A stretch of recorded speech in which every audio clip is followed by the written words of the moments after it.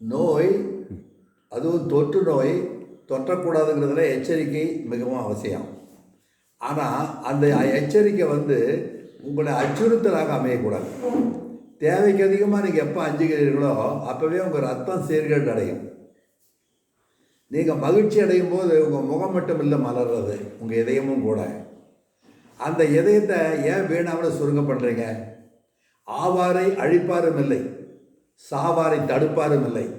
இதுதான் வாழ்க்கையுடைய கோட்பாடு. இந்த கோட்பாட்டில் நம்ம என்ன செய்ய வேண்டும்னு கேட்டிங்கன்னா, எது நமக்கு அழிவை தரக்கூடியதோ அதை விலக்கியும், எது ஆக்கத்தை தருவதோ அதை நெருங்கியும் வாழ கற்றுக்கொண்டால் போதும். இதுக்காக எப்போவுமே இதே எண்ணமாக உறக்கத்தை விட்டு எந்திரிச்சோடனே ஏதோ கொஞ்ச நேரத்தில் இறந்து போவோங்கிற மாதிரி ஆங்கிலத்தில் இந்த ரெஜிடிட்டி மூடுன்னு சொல்லுவோமே, அப்படி ஒரு தேவையில்லாத அச்சம், ஏதோ ஒரு வெடிப்பொருளுக்கு மேலே உட்காந்துருக்கவங்களுக்கு இருக்கிற எண்ணம், உலகமே பூகம்பம் வரப்போகிறதுக்கு முந்தி வரப்போகுதுன்னு எச்சரிக்கை வந்த பிறகு மக்களுக்கு வருகிற நடுக்கம் தேவையே இல்லை. முதல்ல பல் விளக்க கற்றுக்கொள்ளுங்கள். பல்லை விளக்குறதுக்கு உங்களுக்கு எந்த தூரிகையும் எந்த ப்ரஷ்ஷும் பொருத்தமானது இல்லை, உங்கள் விரல் தான்.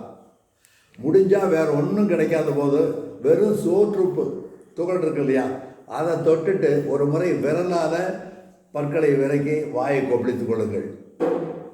அடுத்தது மலச்சிக்கல் ஒன்றே பல சிக்கல்களையும் தருவது, வயிற்றை சுத்தமாக வைத்துக் கொள்ளுங்கள். கொஞ்சம் பசித்திருக்கிற நிலைமையிலே வச்சுக்கோங்க.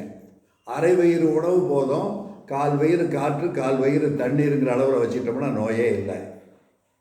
அடுத்து எப்போ பிறர் ஐயப்பாடு உள்ளவங்க, வெளிநாடு போய் வர்றவங்க அல்லது மோசமான நோயாளியோடு கலந்து மீள்கின்றவர்கள்ட்ட மட்டும் நம்ம இந்த கை கொடுக்குறதெல்லாம் நமக்கு இல்லை. நமக்கு அருமையான பழக்கங்களை நம்முடைய தமிழ் மூதாதைகளும் கற்றுத்தந்திருக்கிறார்கள். கையெடுத்து வணக்கம் சொன்னால் போதும். அப்படி வணக்கம் சொல்லும்போது எதுவும் நம்மளை ஒட்டிக்காது, இணக்கமாக இருக்கும் உடம்பு. பிறரோடு போய் இணக்கம் பண்ணால் தான் இதுக்கு வேண்டிய முடக்கம் நேருது, அது இல்லாமல் இருந்தால் போதும். அதே மாதிரி உணவுகளில் சைவ உணவே மேலானது, அசைவ உணவுகள் செரிமானத்துக்கு கடுமையானது.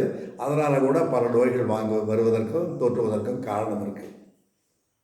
தண்ணீரை கூட தேவையில்லாமல் குடிக்காதீங்க. நிறைய தண்ணீரை குடியுங்கன்னு சொன்னீங்கன்னா நமக்கு இந்த நெஃப்ரான் வடிகட்டு தான் தெரிஞ்சுக்கிட்டு தான் செய்யணும்.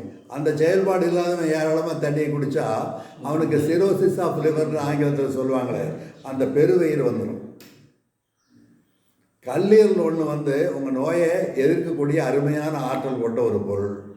அந்த கல்லீரலை காப்பாற்றுவதற்கு நீங்கள் என்ன வேணுமோ அதை செய்யுங்கள். இரும்புச்சத்துள்ள உணவுகளை உண்ணுங்க. அது பேரீச்சம்பழமாக இருந்தாலும் சரி, கரிசலாங்கண்ணியாக இருந்தாலும் சரி, முருங்கைக்கீரையாக இருந்தாலும் சரி, கருப்பு கொண்டைக்கடலையாக இருந்தாலும் சரி, இதெல்லாம் அற்புதமான உணவுகள், சத்தான உணவுகள், நோய் தடுப்பை செய்யக்கூடியவை. பால் சாப்பிட்டால் கூட ஒரு குறுமிளகி ஒரு சிட்டிகை மஞ்சத்தூளையும் போட்டு சாப்பிடுங்க. இந்த சாத்துக்குடியெல்லாம் சாப்பிட்டு அந்த தோலை வேணாம் வீசி எறியாதீர்கள். அந்த தோலை நல்லா கழுவிட்டு ஒரு 4 குவளை தண்ணீர் விட்டு 2 குவளையாக வற்ற வையுங்க. அதில் ரசம் வையுங்க. சுட்ட புளி, கறிவேப்பிலை, பூண்டு, புளி, இந்த வற்றல் இதெல்லாம் போட்டு பெருங்காயம் ரசமாக பண்ணி சாதத்தில் விட்டு மதியம் நல்லா சாப்பிடுங்க. நோய் தடுப்பு தரும்.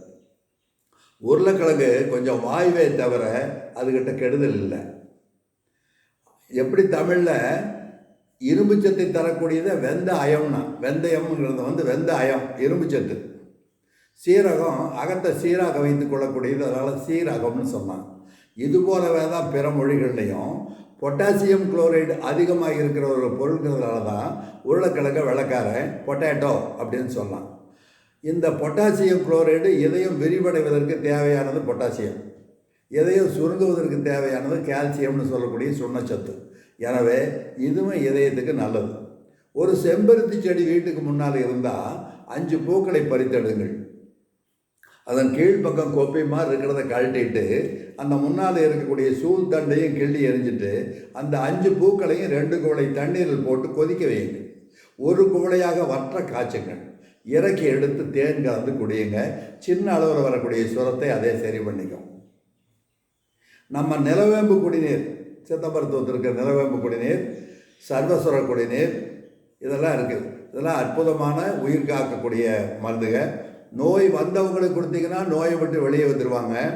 நோய் வராதவங்க சாப்பிட்டா நோய் வராமல் தடுத்து கொள்ளலாம். எனவே இந்த அளவுக்கு ஊக்கமாகவும் துணிவாகவும் இருங்க, நல்லா இருங்க.